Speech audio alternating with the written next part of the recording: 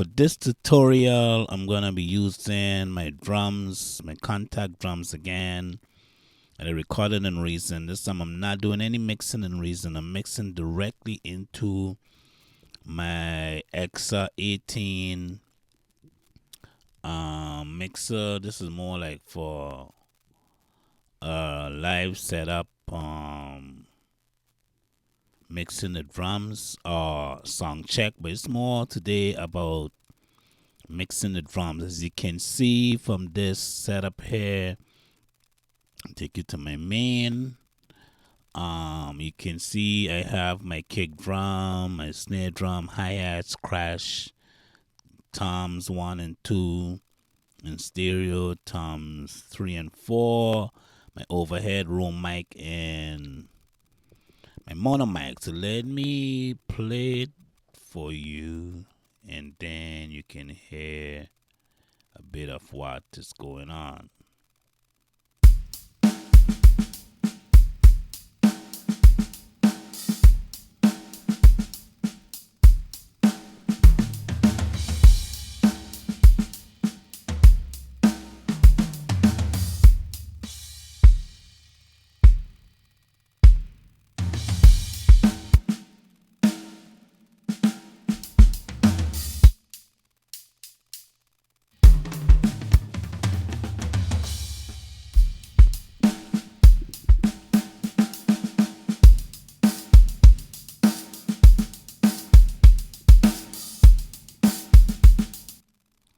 So to take you through, first I'm going to show you I have all my EQs at this on the channels. So I'll go to my kick, and this is my EQ setting for my kick. Let me play the file again. Get over to Reason, and as you can see, this is my curves I use, and I did this in headphones, but just want you to know that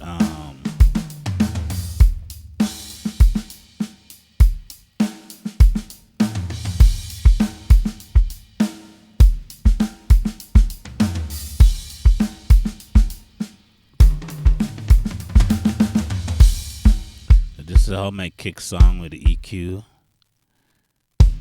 This is how it sounds without the EQ. But what I can also show you for my EQ,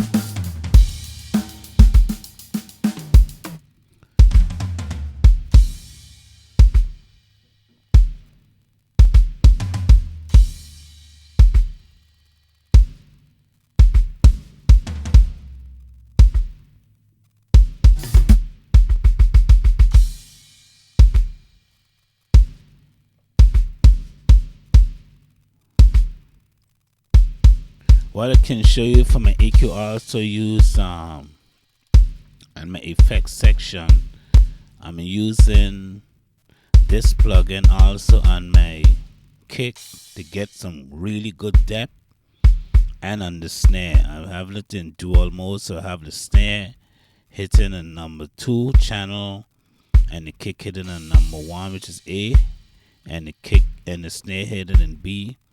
But this gave me a lot more depth in the mix.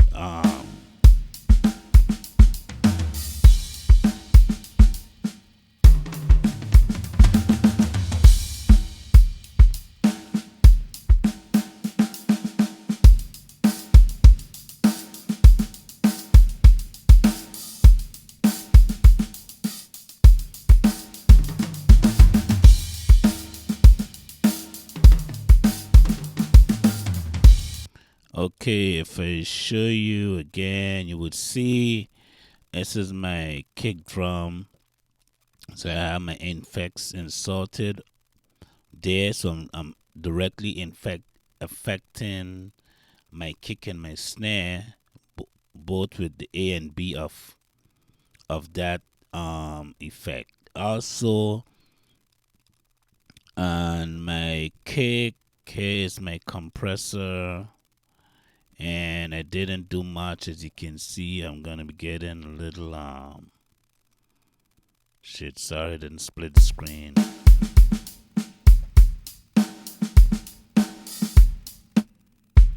This is my compressor here in action.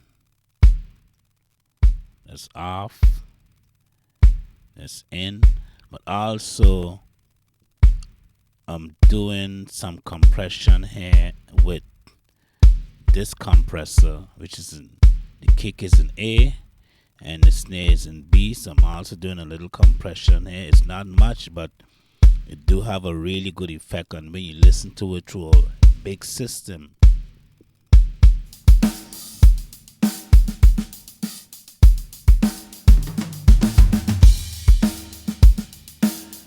Okay, as far as my effects, you see I have a reverb effects here, and what I'm doing, I didn't insert it anywhere.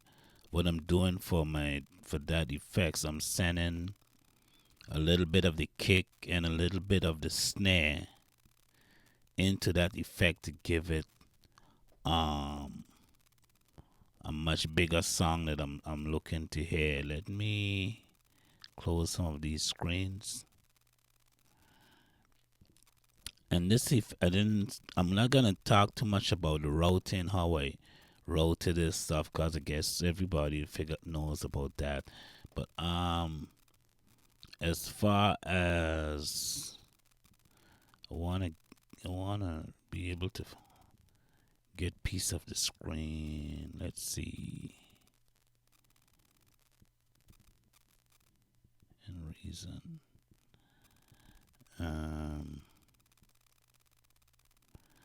Okay, so now I can go here.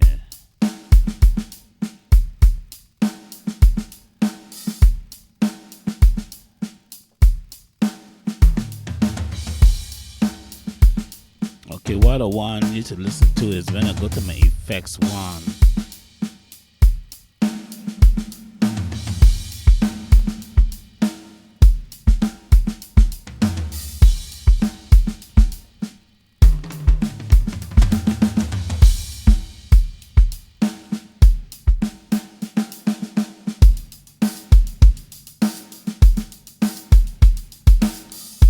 So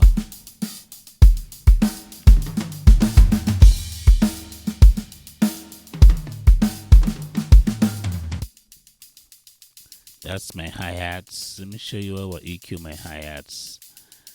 I had my hi-hats, I cut a lot off, and I'm using actually the PEQ on the heights, and I'm using the low cut that get rid of everything that I had there, so I can actually tailor my hi-hats not to get that harsh sound that I'm hearing from the actual stick hitting the hi-hats. Actually get a much nicer sound.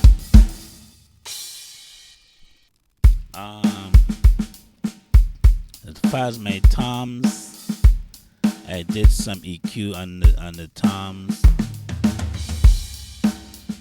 just to get rid of some of the high frequency, and I give it a little boost down here. Look at tom 2, I give it a little more on my second set of toms, a little more, but I'm doing a lot of high frequency.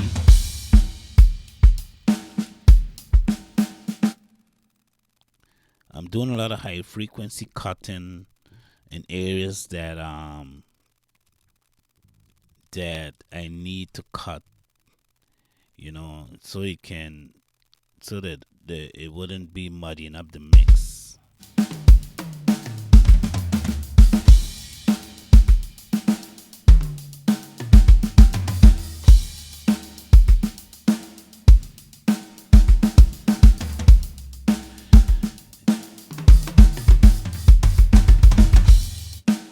Again, as far as my overheads, let me play the overheads.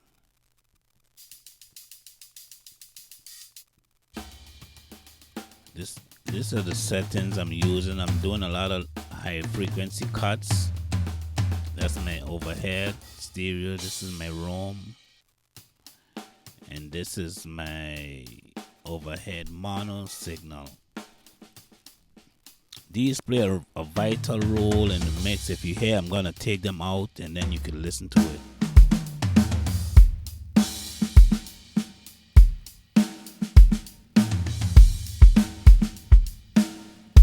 So this is, so now I'll play you just the kick, snare, hi-hats, and toms. This is without the overheads and stuff like that.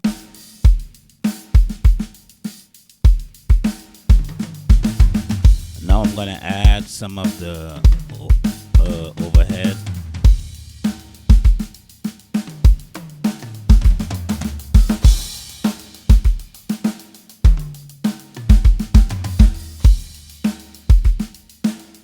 You hear the dryness. Now I bring in this one. And I'm gonna bring in the room.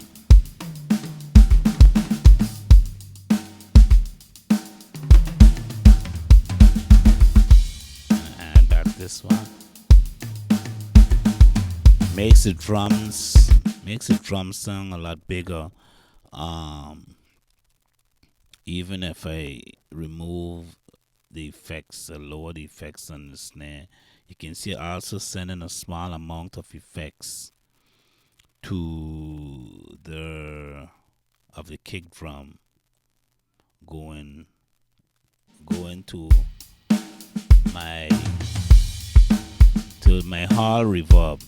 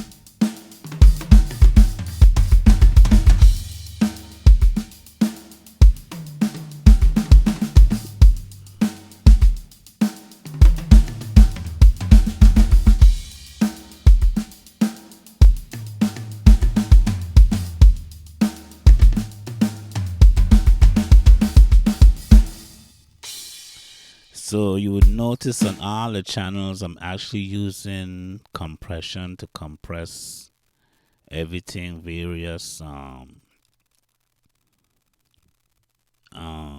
settings to help tame the signal, to get the signal to come out the way I want it.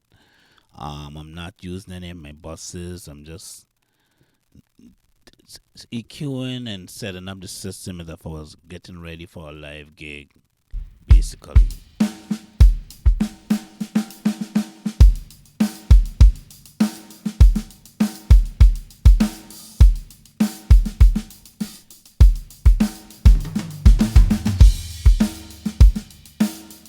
These are my settings. These are my settings for my kick that I use here.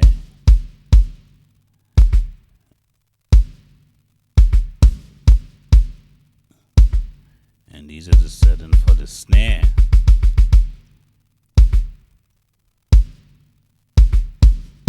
On my EQ. And the good thing about this EQ, you could use it in 2 instances, even though it's the same plugin. I can use it as I can insert it here on the channel and have it running 2 different things at the same time. Right now I have it in on my this side. A side is on my lows, my kick, and the B side is on my snare drum.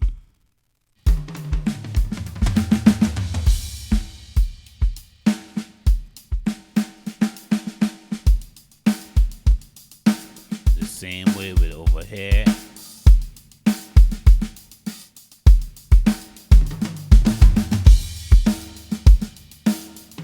You hear how much more drive they kick out in the front, and that's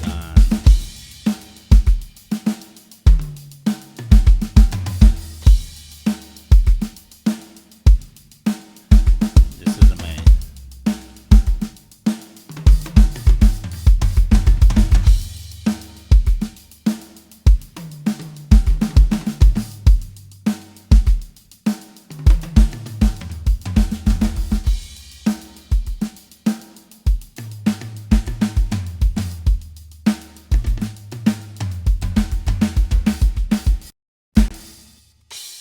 Okay, so I noticed that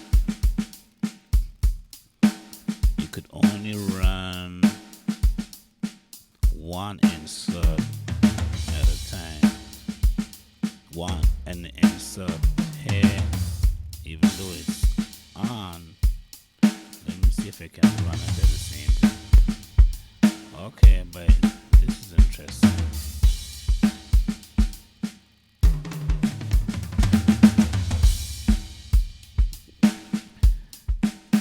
So this is live checking my drums and adding some plugins from the XR app to help boost the low end, which is very solid, that you can hear it. If you listen on monitors, you can hear it's a very solid low end. So man, if you like this video, hit me up, like and subscribe, and more and more stuff is gonna be coming all the time, and I'm doing a lot of tutorials now that I have some free time. So if you like this shit, send me subscribe to my channel, hit me up, man. Peace out.